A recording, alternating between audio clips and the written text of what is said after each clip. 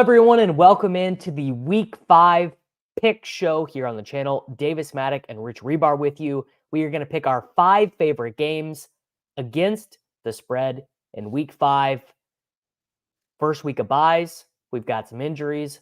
We've got a London game. We have some high totals, and we are coming to you after an incredible 37 to 30, I guess it was 36 to 30 game in overtime on Thursday night. 509 yards passing from Kirk Cousins. Reebs, people are saying offense might be back. I don't know if I believe them, but they are saying it. They are saying that offense might be back in the NFL in 2024. 8 teams scored 30 or more points in week 4. We might be heading in the right direction. I don't want to jinx it, but I do think we might be heading in the right direction. Yeah, baby steps. The last 2 football games were excellent because, you think Monday night we left off with Lions, Seahawks. Fun times, a lot of points. We like a lot of touchdowns, a lot of fantasy points, pique your interest, a lot of betting. That's when the games are fun. So we'll see what we get. I have a feeling these 2 primetime games that we're going to close this week on will not be high scoring. So we'll see if we can get there during the afternoon on Sunday. Yeah, I don't even know for me if it's so much about high scoring. Like, I don't know if it's about the total number of raw points. It's literally just about, I just want to see well-executed, intelligent football. Yeah, I just want to see and we don't need to do too much on Thursday night, but the punt at the end of the first half by the Falcons, that was it's what are we doing here? You're absolutely cooking. What's happening? Yeah, the offensive line play was pretty great for Cousins. That was nice to see. Bijan, I think, stinks because he is hurt. He had a hamstring injury and was playing on the short week. I'm not. Are you raising the panic meter on Bijan? Not so much, but I do think as a scheme fit, I would like to see him just not run outside zone every single play. Let Bijan cook, man. Don't make him a one-cut runner. Yeah, come on. Just we should. But he still looks close. When they get him in space, he still it can be good. But I'd like to see just more I'd like to see him get some of the opportunities that Algier gets in the running game. They kind of use him differently. But Algier's not going to go away at all. This is a guy that was a good player coming out of college and was a good player both years in the NFL. So we'll have to live with it. But their rest of the season schedule is palatable. Yeah, they get a bunch. They get a bunch of dome games. All right, Reebs, let's do it. If you guys are new to the program, we do a very simple show here. We pick our 5 favorite games against the spread, descending from our least favorite to our most favorite. This is the unabated live odds screen, so you can see if you are in a legal wagering state where you can get the best line. And as always, Reebs, I'm going to go ahead and let you start with your very first selection. I'm starting in a direction we usually don't go on the show. I'm taking the Saints and the points for sure. I actually think they're live to win this game, but 5 feels very aggressive for this Kansas City team right now to be laying to a competent opponent. The Saints could be 4-0. They give up the 3rd and 16 pass to Dallas Goedert in week 3 when they could have won the game, and then they didn't even give up an offensive touchdown last week to the Falcons, a team we saw score 37 last night and lost that game. But this Chiefs team, they're 4-0. They're 20th in the NFL in rate of snaps led. They're 31st in the NFL in turnovers per drive. They just lost Rashee Rice, the one guy that they're funneling their offense through. They're one good player. The Saints are getting Demario Davis back to combat the remaining player that they want to funnel their offense through now, and Travis Kelce. And the Saints have been a good bet in this spot. Under Dennis Allen, they're 7-1 against the spread as road underdogs. So, I think they're live to win this game. Do I think they will? Probably not, because the Chiefs somehow pull all these games out. But the under is probably the best bet in this game. But I'll take the Saints. 5 feels aggressive. 5 feels very aggressive. 5 or 5.5 feels like basically just pure respect for Patrick Mahomes. It feels like almost it, because if you leave it up to the Chiefs, do they even want to be covering these games? They just want to get out of here, man. They are fine. They are fine winning 17-14. One thing I did see just like thinking about these games. I mean, obviously, I'm not picking against the Fighting Mahomes. I think you definitely have the right side. 5.5 is definitely too I much put it 5 for because I'm this. a coward. Right, for sure, exactly. The Saints have the lowest passing TD rate against in the NFL, which just would ascribe a little bit of luck to basically how well. Not to say that their defense has been playing poorly, because I don't think that they have been playing poorly, but it would ascribe just a little bit of luck. I don't. Yeah, it won't You're be definitely under right. 1% You're the definitely entire right. season. It won't be under 1% the entire season is what you're saying. You can be Yes. confident. You can be Yeah. confident in that. But going Yeah. back to last year, I mean, this is a good pass defense. They've only allowed 5 top 10 scoring weeks for fantasy since the start of last year too. So like I do believe in the Saints defense actually being like a good enough unit, especially versus this iteration of the Chiefs offense. I mean, who is like putting up explosive plays? I mean, you have Worthy is it. And like Worthy That's right it. now is literally getting the ball in 2 ways. I mean, 27% of his targets are screen passes, 21% are go routes. Like, so half of his targets are coming on screens or goes. They've got to find a way to get him. Like, Well, they did do it on that last play, yeah, on 3rd and long. I mean, yeah, that's what we got to see more of. If you get more of that, the Chiefs offense, I think, is gonna. I mean, obviously, it would be great for them if somehow they got Hollywood Brown back, or if they make like, I don't know if they're going to make a trade. Like, I don't know what they're going to do, but that I Juju's think got this. Yeah, Juju's got this. God damn it. Unbelievable. All right. My number 5, again, like a pretty low conviction one. I'm actually taking the Dallas Cowboys plus 2.5 points. I wonder if this gets to 3 at any point against the Pittsburgh Steelers. So it doesn't actually really have anything to do with the Cowboys. Although I think the idea that the Cowboys are terrible, Dak is terrible, they can't run, like, I think all that is a little bit overstated. I mean, they don't play the game particularly optimally. It's really more to me about the Steelers, which is that Arthur Smith only let Fields read and react when he absolutely had to in that game. How many points down were they when Fields scored the first rushing touchdown? They were down. Well, they were down 14? 17-0. 17. Yeah. Like, so if they come into this game with the same game plan, which is, we're just field goals. Let's win 9-6. I think that is going to be problematic because the Cowboys actually are pretty aggressive passing the ball. Like, even they are a top, I want to say they're 7th in the NFL in pass rate over expectation. And weirdly, I wonder if Cooks being out in this game might help them because they get a little bit bigger. They just do more 12.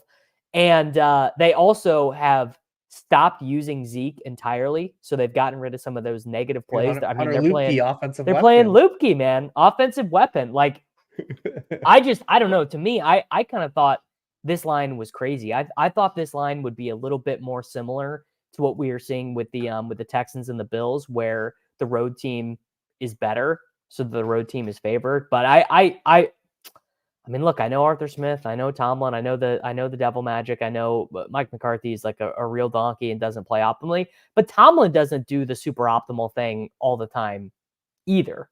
He's not like a win expectancy guru. So I had the Cowboys as my number 5.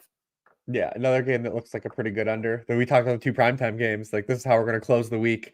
For sure. Yeah, Steelers at home. A lot of injuries on both sides of this game. The Cowboys won't have Parsons and DeMarcus. So that's an issue. That's why I think But this line is. But also Seattle Seattle.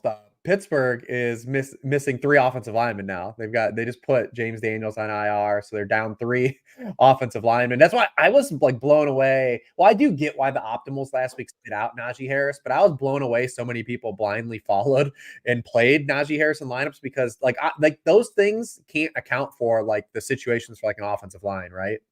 And I was like, man, we cannot play Najee Harris in DFS because this offensive line is awful.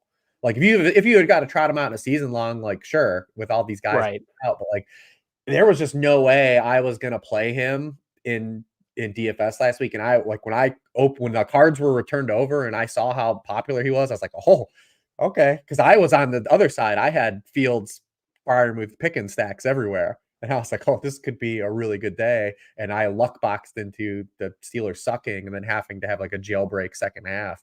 But Najee, like I don't see how they're gonna even like they can just line up and run the football because they can't. So this game feels like it's gonna be a struggle. I feel like on both sides because you still respect the Steeler defense, even though they got a little bit cooked up by Joe Flacco last week. And even Richardson, the first 2 drives, was off to his best start of probably the season.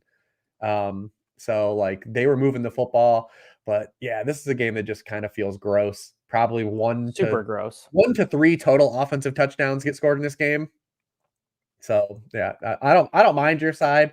It just feels like a gross game. I hope it does just feel gross. And probably ends up being a 3-point game. All right, that was my number 5. Reebs, what is your number 4?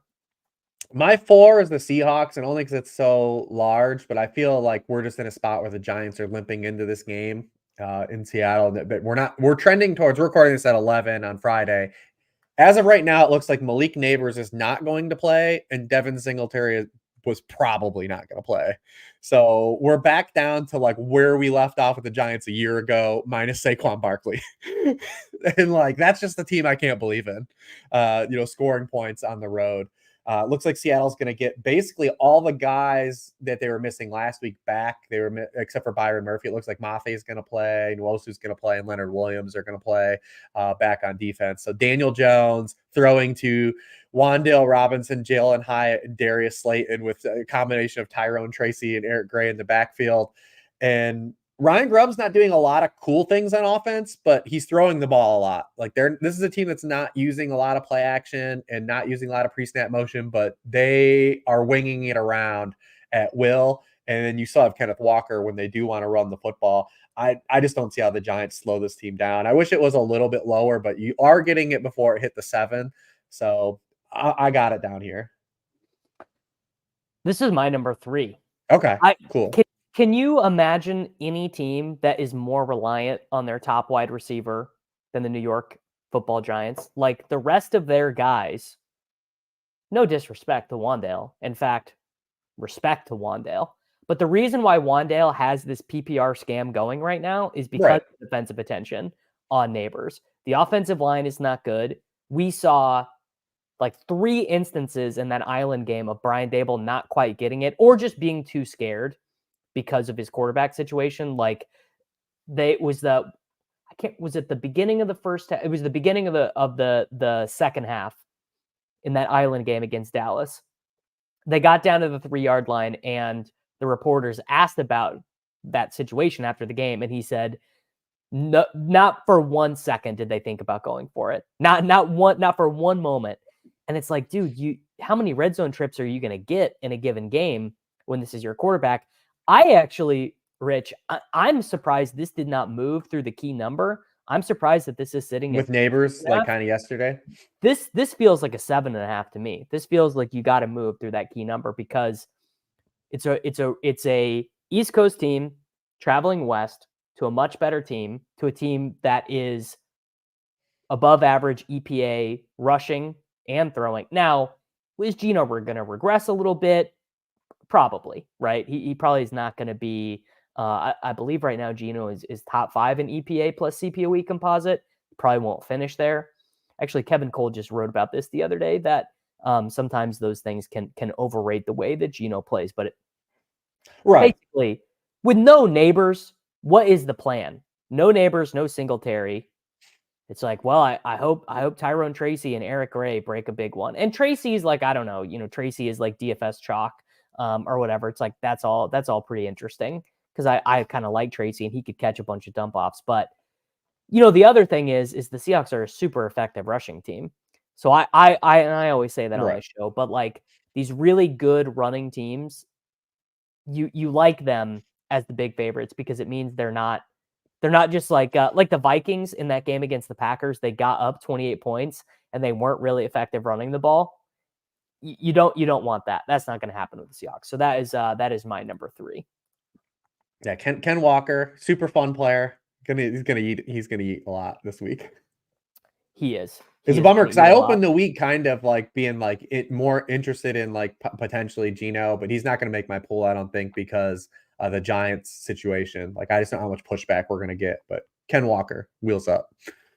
For sure. All right, we have a pretty disgusting one here for my number 4. Yeah, keep writing Geno off. He won't write back. My number 4. Revenge game, Geno. Revenge game. Oh, I didn't even think about that angle. That's nice. It's not really an angle, but No, it's not. All right, my number 4, Rich, is gonna be, and I think you're gonna be on the other side of this one. I'm gonna take the Minnesota Vikings in, were they in Germany? Wherever they're playing. This is the London Overseas. game. The London We're game. we're All right. sending Germany Giants Panthers in a few weeks. I think in like week 10. So Yeah, not great. All right, my pick number 4 is the Minnesota Vikings minus 2.5 points in London against the New York Jets. I think you could have one of two minds about this game. You could say, one, the Vikings are off to this incredibly unsustainable hot start. Brian Flores' defenses kind of actually always decay over the second half of the year as quarterbacks figure him out.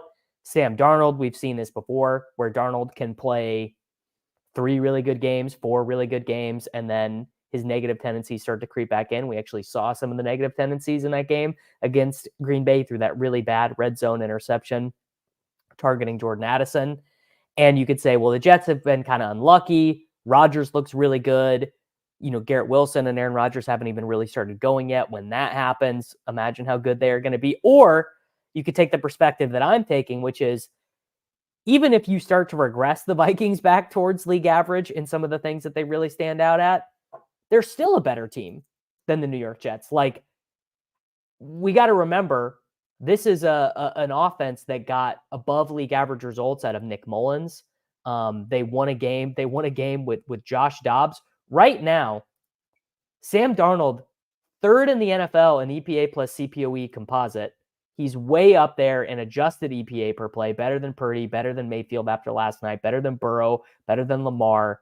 I mean, like, Rodgers kind of looks like a good player right now, but not a great player. Maybe he'll get there. I just think the Vikings, Rich, I just think the Vikings are the better team. So I'm taking the 2.5 points here. No home field advantage. So it's kind of the market's just saying they're a bit better. I'm on the Vikings here. What are your thoughts? yeah, I don't mind it. It's not on mine, but just because I think this is it's just a tight game. I think it's close. If I wouldn't be blown away if the Jets won, and I wouldn't be blown away if the Vikings, win this game kind of, handedly either. We talked about in the offseason that the Justin, when you were drafting all the Justin Jefferson, and like my worry was that JJ McCarthy was going to play. My worry was never with Sam Darnold in this offense. It was the rookie quarterback angle. And now that we've had Darnold, because I thought Darnold would play well in this offense. I believe in Kevin O'Connell.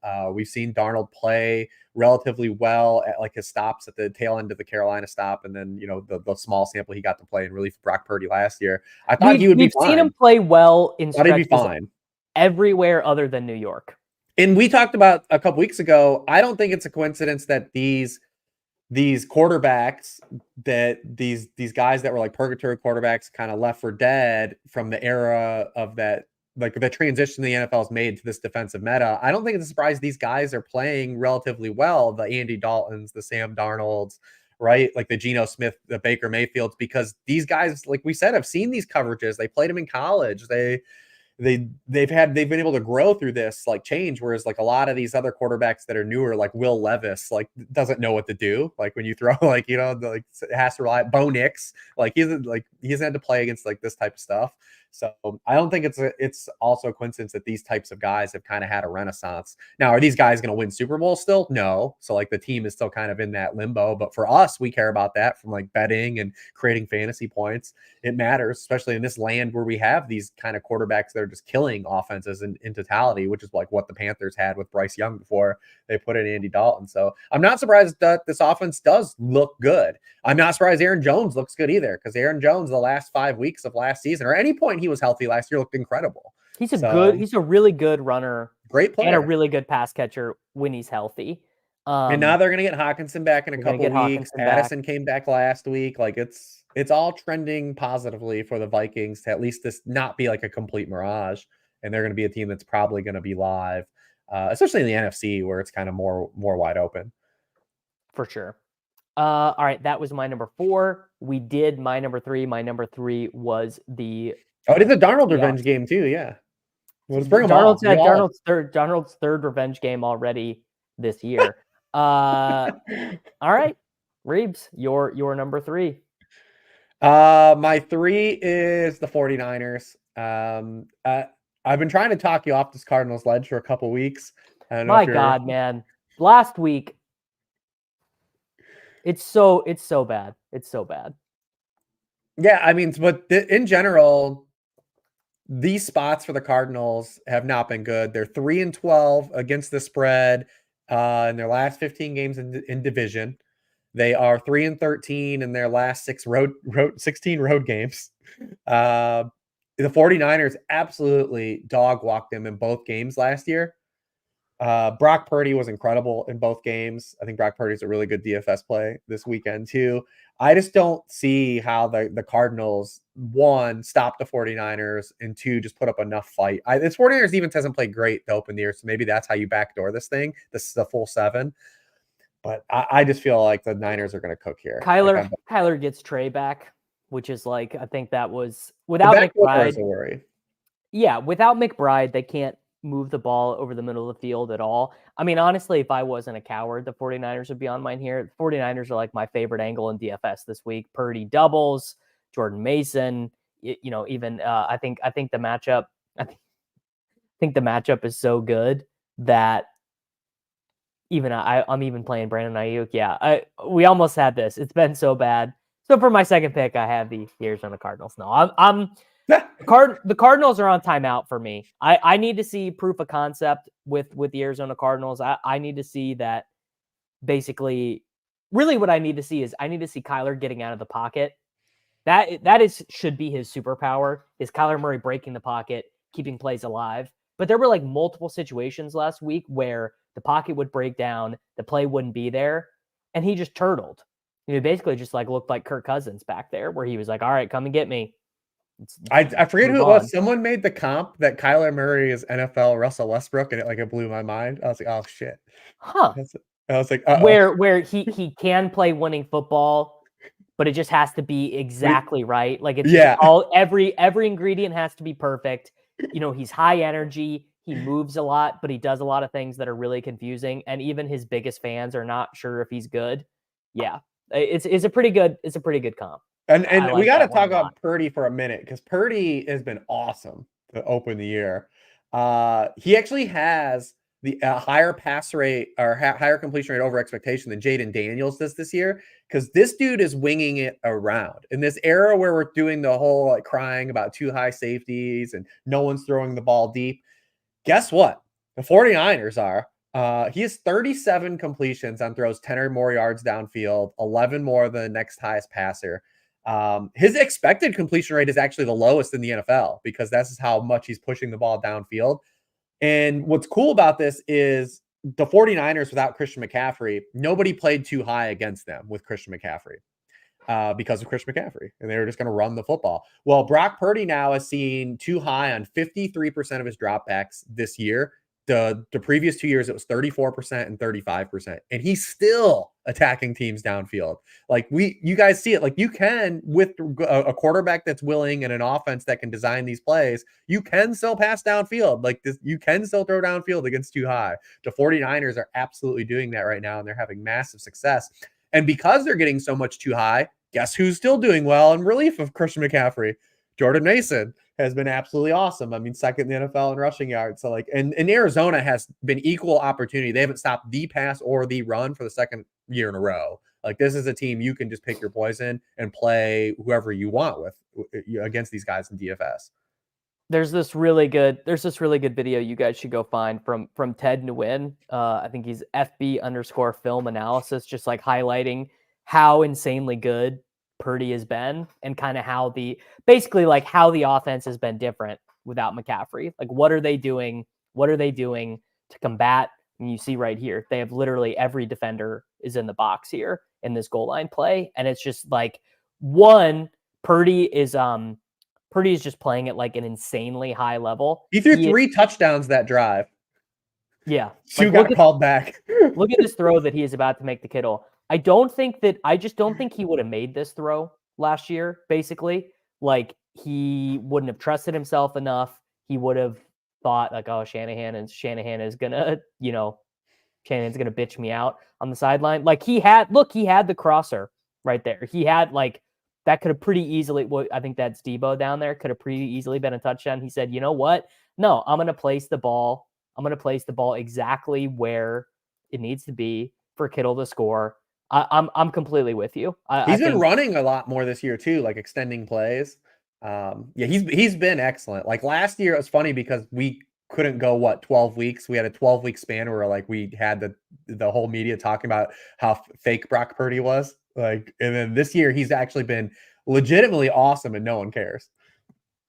Yes, he's been great. He's been great. I probably should be on your side. I mean, it's full 7 is. I mean, especially in this era in the NFL. Did you see the tweet last week? And then finally, it was the 49ers who covered against the Patriots. And if this one's not double digits, but double-digit NFL dogs until the Patriots last year were 5-0 straight up. Like they outright won the game. Double-digit dogs. Like, so it's like we're in an era where just like laying points is not good. But this is how you and I roll. It's how we roll. I'm completely with you. I think you are. I think you're right, and I probably should have had that one. So we already did have something good too. It's whatever. We already did my 3, which was the Seahawks. So now we need to do your 2. My 2 was the Niners or no? Who did I have? Oh no, my 2. Yeah, we're good. My 2 is the Ravens. And okay, this is my 1. The Ravens 1.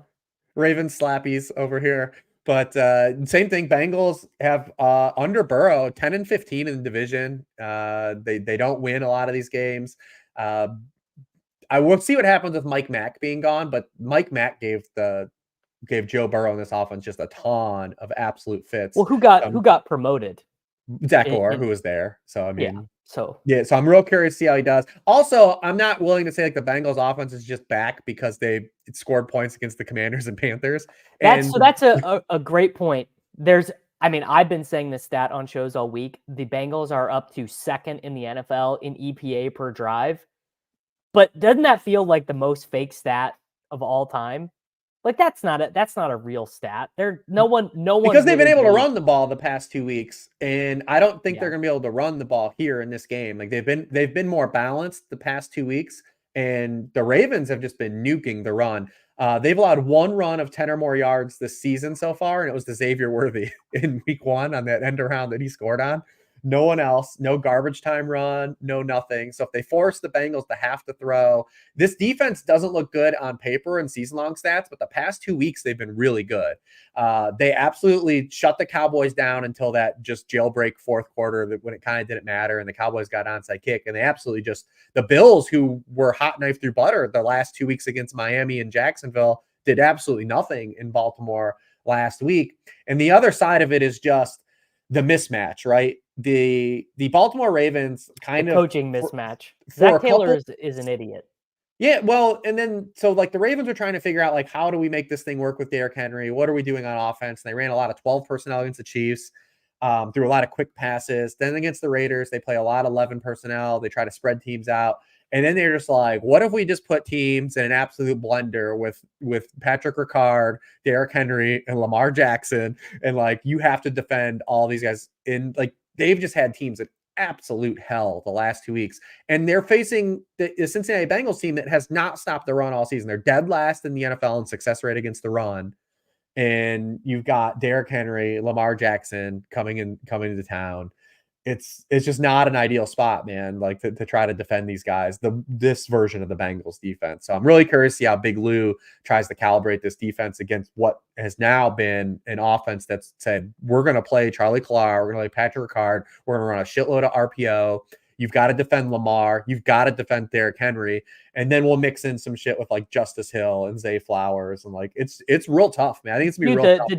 The Justice Hill thing is such a wrinkle that this offense has kind of been missing. I've always been of the opinion that Lamar would really benefit from a running back that you have to defend in the passing game.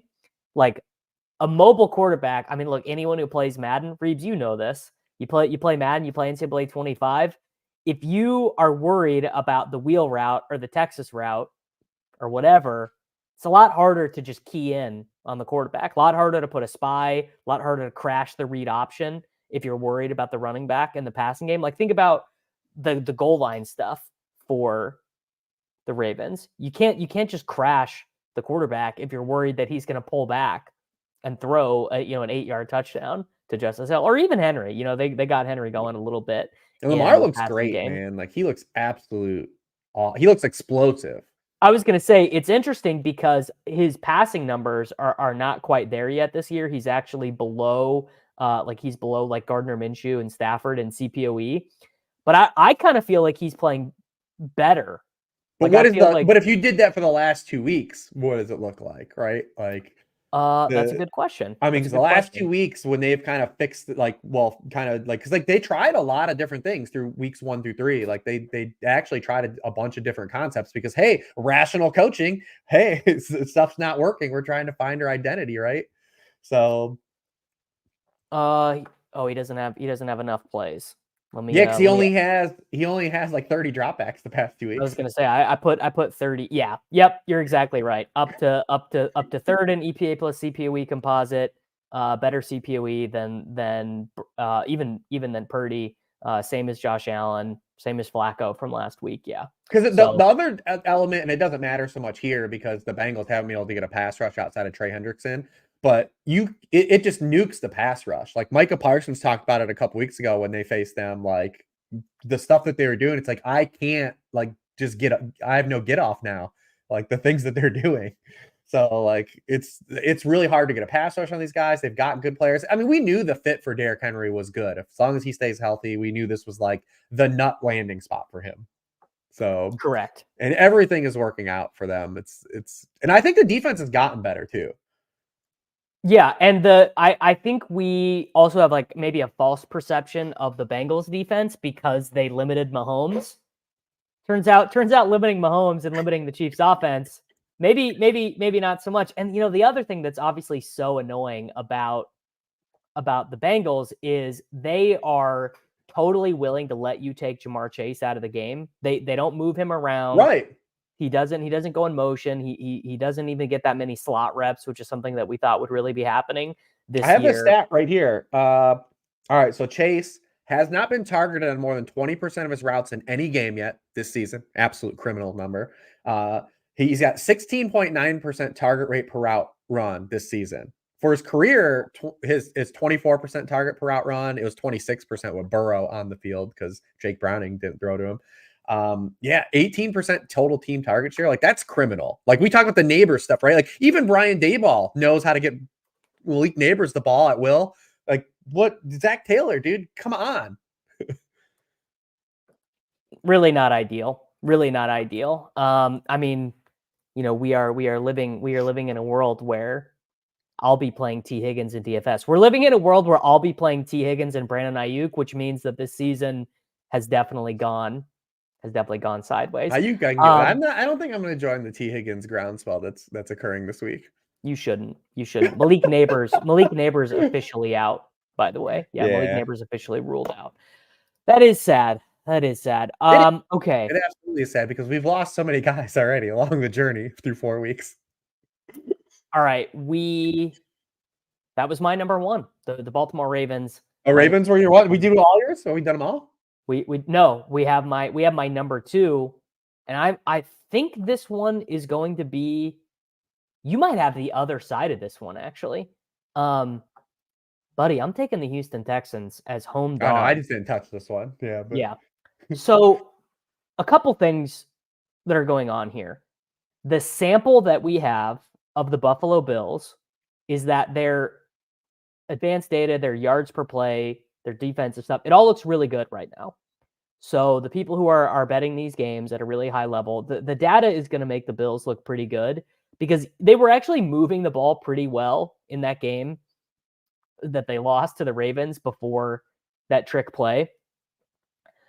What I'm a little concerned about with the Bills is actually very similar to what we're seeing with the Chiefs, which is you have a superhuman at quarterback who can kind of do everything, but you've given him very little to work with, and Shakir is ruled out of this game. So now we're looking at, well, is it MVS and Mac Hollins? Or are they going to play Curtis Samuel? Yeah. Like this Kincaid thing, they so much of the offense seems built around Kincaid, but then when the games happen, Josh Allen's like, well, I can't throw it to Kincaid because he's not open. And this is basically, I'm going exactly against this idea. The Texans might be frauds with an elite wide receiver core and QB. I think basically they've been a little bit unlucky, like particularly that Vikings game. There was like the fumble and then the weird interception. And then you're just, you're down 14-0 and it is what it is. They also have, this is an unbelievable stat. Do you know the average down and distance or the average distance after 2 runs on 3rd down for the Texans? Yeah, they're what, like 9.5 yards to go on 3rd down? No, Something dude. like that. 10.1. Yeah. So it means that when they run, they are actually more likely to be longer than the average first down. I think Bobby Slowick, baby. Yeah, Bobby Slowick. So They're 30th in percent of set of downs that lead to 3rd and long. Only the Giants and Browns are worse. So I got 2 things going on here. The first being, I hope that we get a little bit of self-scouting. Maybe that is too much. Maybe that is too much to ask. The other thing is that they are getting Tank Dell back this week. So Tank Dell snaps instead of John Mechie, Robert Woods, Xavier Hutchinson. It's a pretty big upgrade. But really, it's that I don't know if you ever do this stuff, but I read a lot of like the film breakdowns, like guys who just kind of watch the games. Now, obviously, those guys have their own problems. I think Trevor Lawrence is the number one. Trevor Lawrence is the number one where the film and the stats disagree. But most of the ball knowers seem to think that CJ Stroud is actually playing at an even higher level than he was last season, and the results are just not quite there yet. And I'm short on McDermott and Joe Brady. I think they're doing a really bad job, honestly. Like I think they are not the right coaches for that team. So I have the Houston Texans. I mean, you just take the money line, obviously, as home dogs to the Buffalo Bills. Yeah, I was staying away from this game. I don't have a great pulse on it. Even because the Bills are just one of these teams, like we should be excited about the Bills, and then like we aren't because like what is there really to be excited about outside of Josh Allen?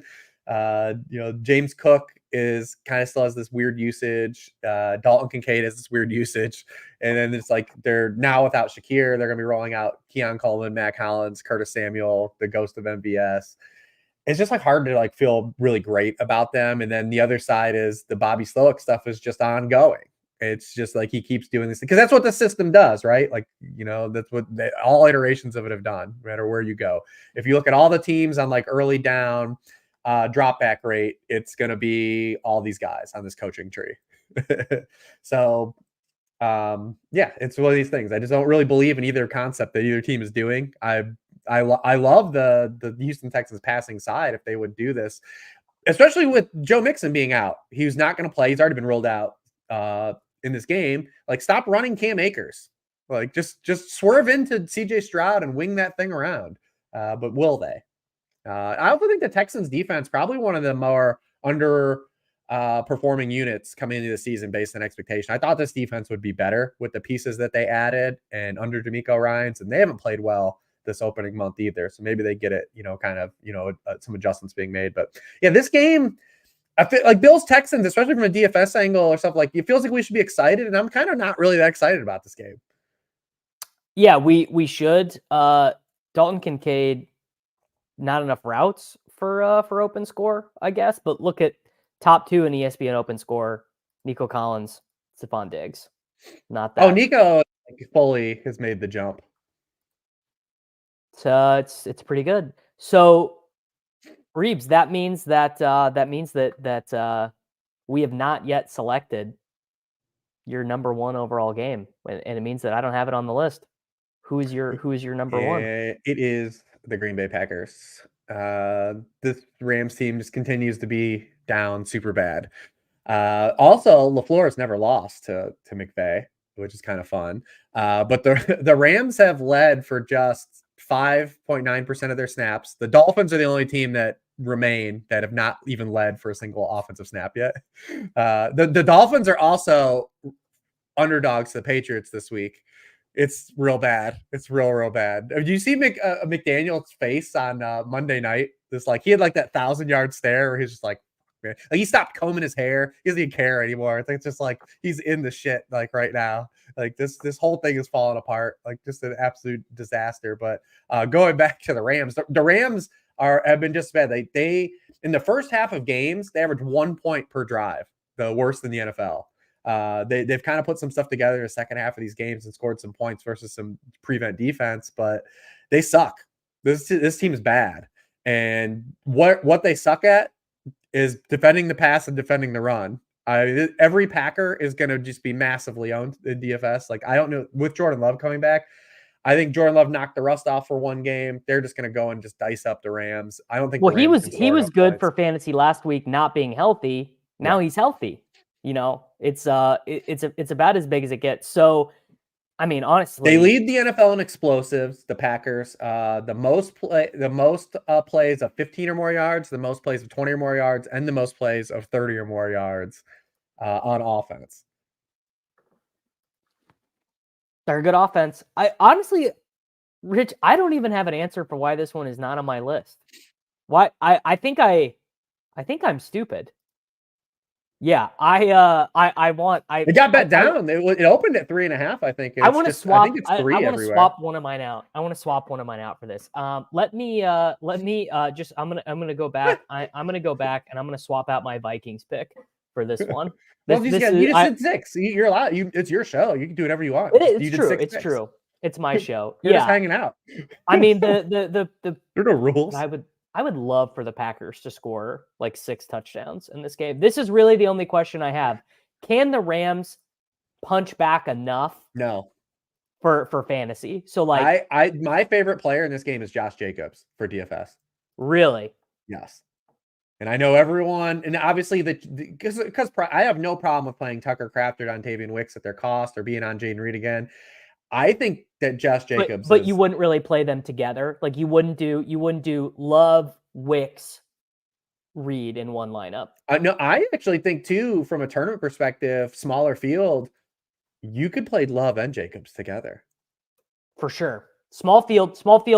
That's one thing I've learned this year getting into the Sims. So I run a lot of the stuff on like the solver and everything. It loves that stuff. It loves like Purdy, Mason, Debo, Love, Jacobs, Wicks, Kraft. It loves because no offenses are scoring points. So if you're on the offense that has 30 to 40 points, and half the league scores 20 points. Yeah. Like, no, 100%. 100%. It's not even close. Yeah. I really like that one. What are your before we build the slip, what are your favorite DFS angles this week? Like I said, I do like Josh Jacobs a lot. I don't know if he's necessarily a cash game play, but I do like him for tournaments and leverage.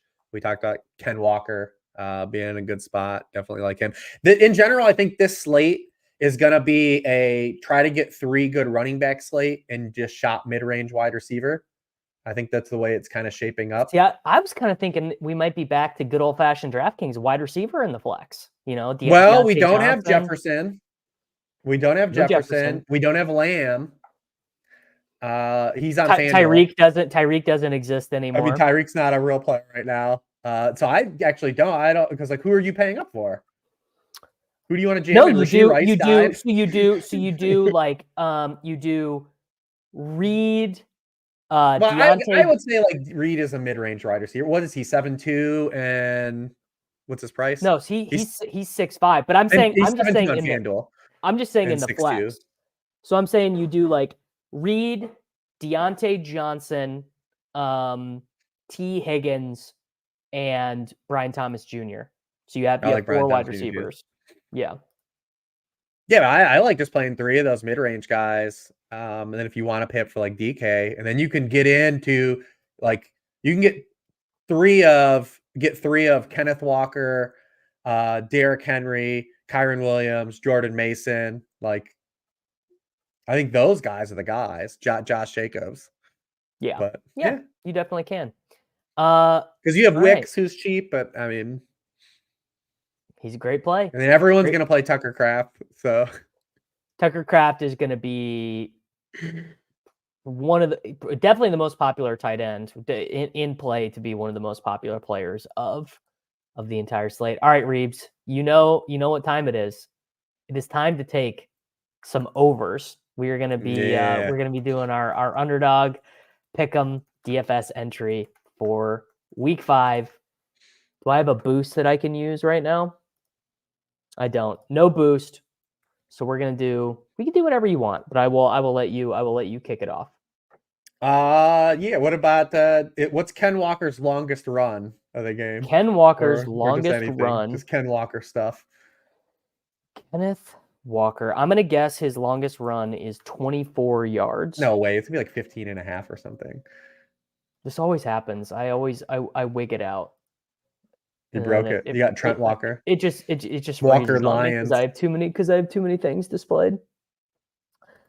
Ken Walker. I like. I wonder if they have anything posted for what would Wan'Dale Robinson's receptions line have to be for you to want to take the over?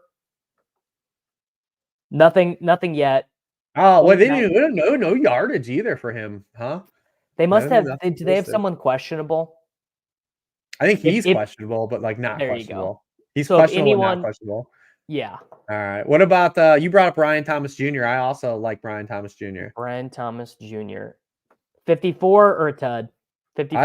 I like the yards. I had some good nuggets on him in the worksheet, especially versus cover 3 against Gus Bradley's cover 3 heavy defense. I like that. I like that one. I like that one as well. Debo is my pet play of the week. What's your angle here? Touchdown, rushing yards, longest reception. How you feeling? What about the combo? Do you like the combo rush receiving? I do like the combo. Because you just have multiple ways to win. I like the combo a lot. Touchdown, probably. Touchdown. I am gonna go the combo yards though. And I think we should do Purdy passing completions, passing touchdowns. What are you feeling? I want to use Purdy though. Tuds. All right, so we have Brian Thomas Jr., Deebo Samuel, and Brock Purdy. You like Josh Jacobs? I do like Josh Jacobs. We have a full menu for Jacobs. We have touchdown, we have rushing yards, we have attempts, we have longest rush. We can do anything you want here. Yeah, I like the 65.5 rushing yards just seems really safe, man. I told you, the Rams have literally just not had a lead at halftime. So let me tell you one of my favorite every week. Tutu Atwell longest receptions. It's hit every week. Because if Atwell gets 46.5 receiving yards, odds are 90% of it came on one play. And if you're playing that game in DFS, I prefer Atwell to Whittington just because he doesn't need the volume. Like if you play Whittington, like his only way to get there is like 8 to 10 targets, whereas Atwell could have 4 to 6 and still get you there.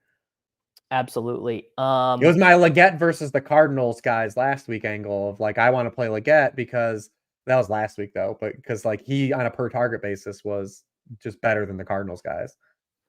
I like in these competitive games, I like Lamar rushing touchdown or Lamar rushing yards. Do you have a feeling there? Rushing yards, I would say better. It's probably high though, right? Like super high. Oh, Jaden Daniels rushing numbers for sure this week.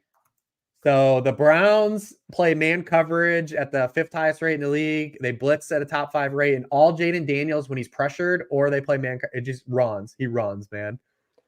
9.5 rushing attempts, rushing touchdown, 49.5 rushing yards. I mean, those are all fine. What about that? The yards? No, let's do Tud. Let's do Tud. Brian Robinson Jr. is going to play, but he's questionable.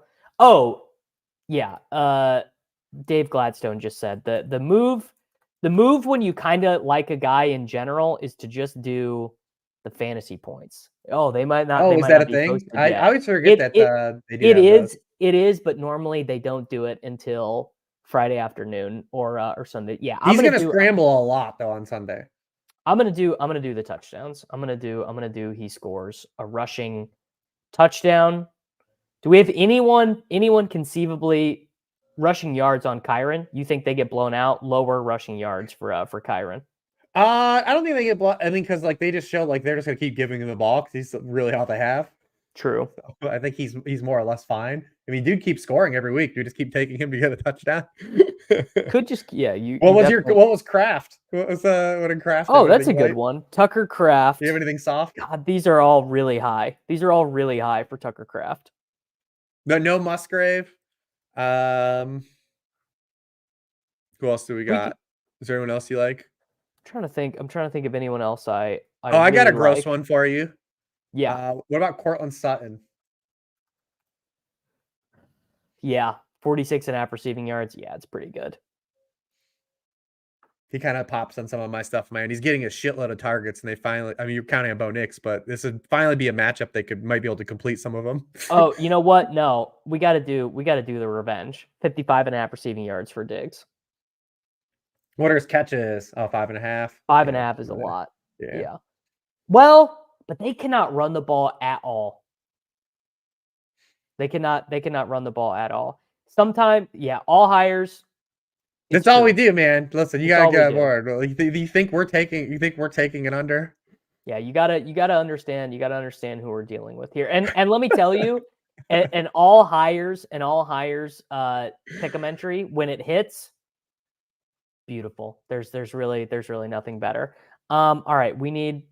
We don't want to cheer for. We're not cheering for bad things to happen. No, we need one more.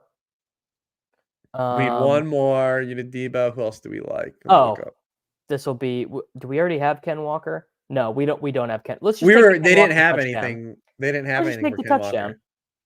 You just said take the Ken Walker Tud. That's fine. Yeah, we'll toss this in for $10 to win 812. We have some negative multipliers in there. I will share the link to that in the description. In this one. Yeah, last night was a good night for the all hires. If you had all hires on anyone other than Bijan, you were feeling great. You know, it's not true though, because I had hires on Sterling Shepard yards. Turns out I should have just taken his hires for touchdowns. Just the touchdown. Fantasy points. Yeah.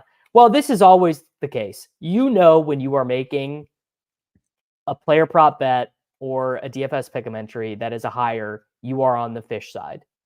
Yeah, and I think a couple weeks ago I shared that stat that someone had about FanDuel released their data since 2019, like when it became legal, that parlays are up like 48%. Like,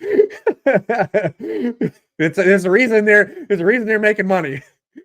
Yes, they're and you know, we are here to have a grand old time. We're here for a good time, man. Like if you guys know what you signed up for if you're here. Yeah, if you want to go find a bunch of value on unders, go sign up for Unabated and fire their player props. You're gonna get a bunch. You're gonna get a bunch of unders. All right, Reebs, we are gonna get out of here. You have your show with High Low. I'm gonna be back at noon Central, 1 Eastern time with Pat Mayo. We are going to fire a bunch of pick-em entries.